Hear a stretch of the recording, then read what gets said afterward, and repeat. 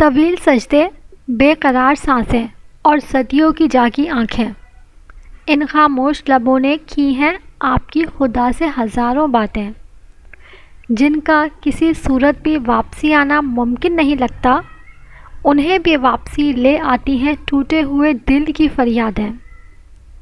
وہ صرف نیکوکاروں کا خدا تھوڑی ہے، اس کے یہاں مسکراہٹوں سے زیادہ معتبر ندامتیں ہیں۔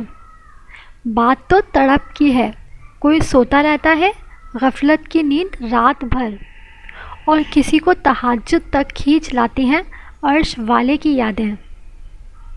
جن کے پیچھے بھاگ رہے ہو ان کے پاس بے سکونی کے سوا کچھ بھی نہیں ہے، خدا ہی بس راحت ہے اور اسی سے ہیں باقی سبھی راحتیں۔